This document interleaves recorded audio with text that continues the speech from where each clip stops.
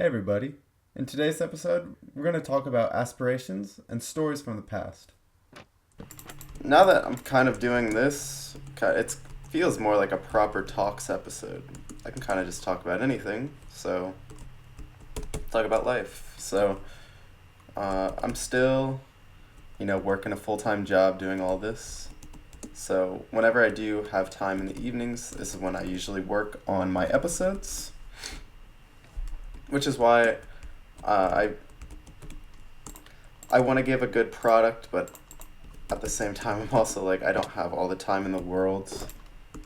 I kind of may as well just go into some of my past then. So, I, I studied in university. I got a bachelor's degree in international business, and I had been living in Spain the last 2 years, teaching English to some kids.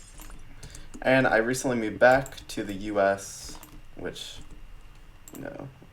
no comment on that. And just kind of getting my grounding, getting my feet back under me since I've moved back. And kind of looking for some other jobs and stuff at the moment, so definitely cool. I think I would be, now that I know kind of how I am, I think I would be interested in like data analysis, something like that, or strategy analysis. I really like just kind of fell down. I enjoy like looking at trends and patterns and kind of making decisions based off of that. So that's where I've come up with that. And I also would love to get a job that allows like remote flexibility, so I could travel or work remotely and visit my family and stuff, visit my friends, and make other videos about the places I travel to, because I would love to do that. Actually, I already have some ideas if that ever does become a reality. I would love to do, of course, I would do a city overview of Madrid since I just know it. But I would also do some more. I'd love to go to like Denmark, Copenhagen. I would love to bicycle.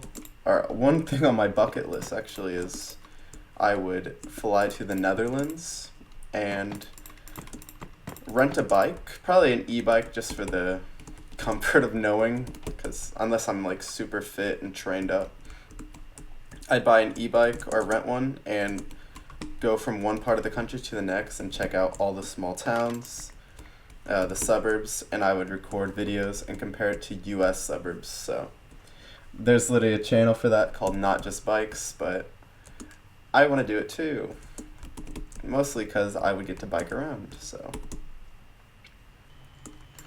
I may as well give a little backstory. I started playing Minecraft back in probably 2011, 2012. I didn't have a computer at the time, but my mom had an iPad, so I would play on her old iPad.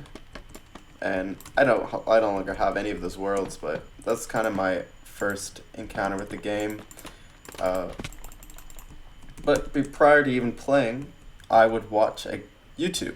So some of the old people I would watch, this is a throwback if you were with me at this, was Paul Sawyers Jr., his Survive and Thrive series. I don't think he does Minecraft videos or YouTube anymore at that matter, but he was a big guy that I used to watch.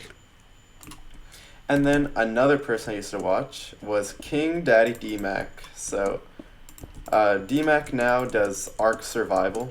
He was actually part of Hermitcraft at one point, which is interesting. I listen to the Imp and Skiz podcast at work sometimes, and Impulse said that, I forgot who it was.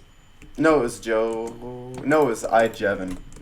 Jevin said that DMAC back in Orlando Minecon, like 2013, was actually the one that invited him to the server at the time, which I find super interesting. DMAC had this really cool like base though, where he filled in the ocean with sand and dug out like his base just went down like a for the for the day and age that he built it, it was super cool. Um, and it was like in the shape of a Pokeball because back in the day, DMAC used to play Pokemon. He used to do what's it called? The tournaments, like official tournaments. So, so yeah, he used to do official tournaments, which I thought was super interesting. And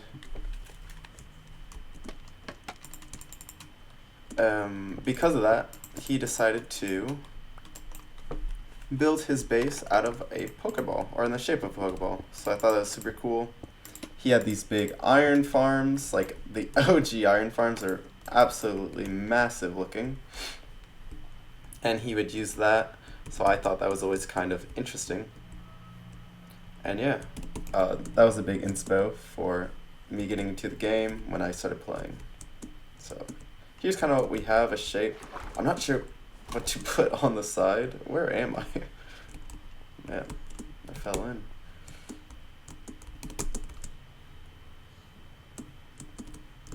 So I'm not really sure what to put on the side here. This is kind of where I'm just unsure. I don't want it to look flat, but we're just gonna keep going. I was thinking like maybe I'll add some glass there, but we'll see. If I don't like it, I'll literally just figure something out. So anyways, back to the story. That was my kind of first people that I watched on YouTube, and I loved them as a kid. They're great. And then I got a Mac one year, and with that Mac I started my first world. So I still have the Mac, but I don't know the password to it, so I don't know if I can retrieve my old world, but I do have it somewhere in the abyss of lost media. And in this world I built like underground. It was not decorated at all. It was very bland, it was very gray, and I only used stone tools because diamonds were rare back then. And so I just built like a cave base essentially, and I remember like the big thing back then was making mob grinders. So I built one where like a bunch of things would spawn, and then I would go up a water stream and burn in lava, and you would get all their loot. So that like was my first foray into like a good proper, like I'm not just gonna build a block house, I'm gonna actually kind of survive in here. So, and that world was actually really cool. It was actually like designed my own music disc farm back in the day, and keep in mind like I think I'm in 7th, 8th grade when I'm doing all this, so pretty cool. And I remember I got all the music discs, and my brother and I would just, in the summer, we would be playing like games around the house, and I would boot up Minecraft and literally just listen to one of the songs. I'll just throw it up on the screen. I'll throw it up in the background to give you an idea of which one, because I don't have it in this world yet, but that's what we would do. And thinking back, it's kind of crazy that, you know, all these years later, you know, I'm 26 now, I'm like an old man, and I'm still playing the game, and honestly the game has changed so much, but it still has that like charm to it to make me want to come back. Because I kind of view this as, it's more of a creative outlet for me, because I've always loved to build things, and this is like as if AutoCAD was like, it's like fun AutoCAD. I don't know, like I'm not an architect, you know, in another life maybe I would have gone down that route, but this gives me an ability to design things with like less limitations. So I'm not sure how I feel about this. I think something right there in the middle would be cool. Maybe like literally just glass so you can look in and see the bamboo, because I kind of like the idea of having the bamboo stick out the top. But I think that's a good place to stop for the moment. I'm just going to cut back. You'll see a finished product because this is already 20 minutes. I'm going to be putting these pale trapdoors all around the edge and likely just decorating with some banners and putting these, let's get my spyglass out, and putting these rooftop adornments all over the sides to make it look a bit more elaborate. And before I go, let's check it out from the air. So let's see. So not too bad, you know, it definitely gives a shape, and yeah, I like the colors. Maybe I'll add some buttons, I'm not sure. I should probably do that, but I will just cut back then, and I will see you all when this is all done. This whole side will be finished, so I'll see you then. Okay, so cut here. I kind of just finished it. So this kind of reminds me of that one meme. It's like how to draw a horse, and you start doing something and then you draw the rest of the horse, and this is what I did. So here we have the front of the bamboo farm, and I nowadays like to call it the bamboo palace because it is looking pretty regal. So we have here with the armor stands. I like the indented terracotta designs. I think it looks pretty cool with the, let's get my spyglass out, with the gradient of the buttons. It all looks pretty cool. Hunter and I went N rating and we got some elytras, so I added that. And this little pediment at the top is supposed to represent like an old classical style where they would put statues and kind of tell a story to people walking by, so that's my inspiration there. Going to the other side, we have, this is kind of like the main facade, honestly. So you have more statues here. You have these banner patterns here, which I'll throw up my inspiration, which is these townhouses that are in the city. And coming back, I wanted to add, keep in this striped feeling of like the Art Deco vertical lines leading up with these creeper faces at the top right here. And then again you have this terracotta inset there covered by bamboo because this is the bamboo palace after all. And I really like this industrial look of the copper with the glass. I think that looks really cool. So yeah, you can kind of see through that this is hollow inside. It does not look hollow at all.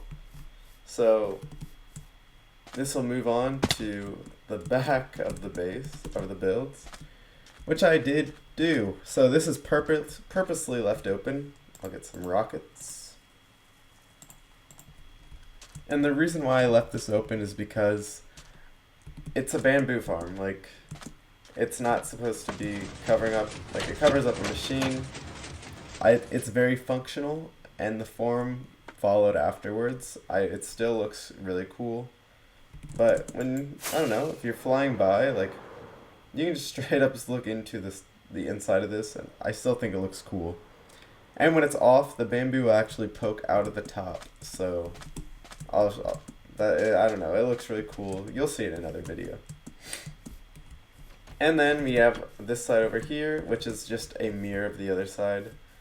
And I wanted to put on the last armor sets with you guys, so let's go ahead and do that together. So as you saw, maybe some of you noticed that the armor stands on the other side were different. I was putting some scoots on it, the turtle scoots, and some golds. I was just trying out different sets. I really like the green feel as it is the bamboo palace, but I just don't have enough leather. So I have this chainmail though, so that's kind of cool. and you know, we'll just throw whatever we can find on there and call it a day. Anyways, this is the side that, like, it faces the house. No one really sees it, so it's alright. So yeah, this is the Bamboo Palace. I think it looks pretty cool.